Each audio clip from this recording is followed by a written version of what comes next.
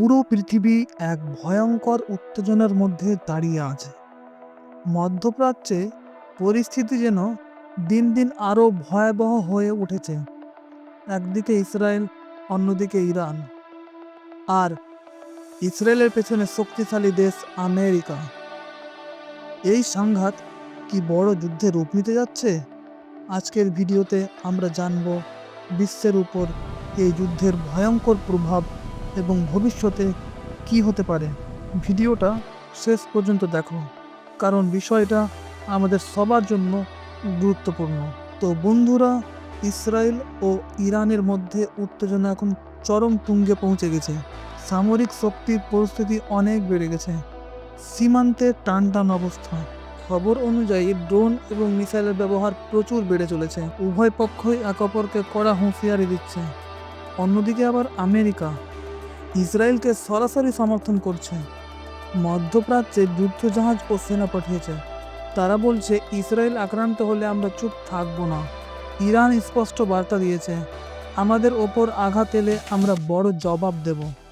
সব মিলিয়ে পরিস্থিতি এখন ওয়ার রেডি অবস্থায় পৌঁছে গেছে। এই সংঘাত শুধু দুই দেশের মধ্যে সীমাবদ্ধ নয় বা তিনটি দেশের মধ্যে সীমাবদ্ধ নয়। বিশ্লেষকরা বলছেন এই যুদ্ধ পুরো মধ্যপ্রাচ্যে ছড়িয়ে পড়তে পারে। এই উত্তেজনার প্রভাবে ইতিমধ্যে পুরো পৃথিবীতে দেখা যাচ্ছে যে তেলের দাম প্রচুর বেড়ে চলেছে। একটা কথা আপনাদের জানিয়ে রাখি, মিডল ইস্ট বা মধ্যপ্রাচ্য হলো তেলের মূল কেন্দ্রবিন্দু। যুদ্ধের কারণে এখন স্ট্রেট অফ হরমুজ বন্ধ রাখার কারণে তেলের দাম হু হু করে বেড়ে চলেছে। ফলে সব কিছুর দাম বাড়বে। শেয়ার মার্কেট অস্থির, ব্যবসা বাণিজ্যে অনিশ্চয়তা, যাতায়াত এখন অনেকটাই থেমে গেছে। অনেক আন্তর্জাতিক ফ্লাইট পরিবর্তন করছে, নিরাপত্তার ঝুঁকি বাড়ছে। সবচেয়ে বেশি ক্ষতিগ্রস্ত হচ্ছে সাধারণ মানুষ। এই পরিস্থিতির প্রভাব আমাদের দেশ ভারতের উপরও পড়েছে।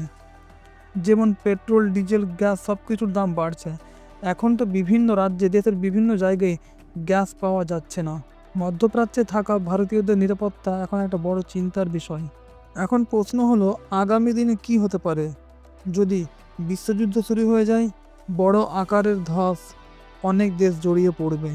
যদি কূটনৈতিক আলোচনা হয়, পরিস্থিতি শান্ত হতে পারে। এখন সব কিছু নির্ভর করছে বিশ্ব নেতাদের উপরে। বন্ধুরা, যুদ্ধ কখনো কারোর জন্য ভালো কিছু নিয়ে আসে না। এতে সবচেয়ে বেশি কষ্ট পায় সাধারণ মানুষজন।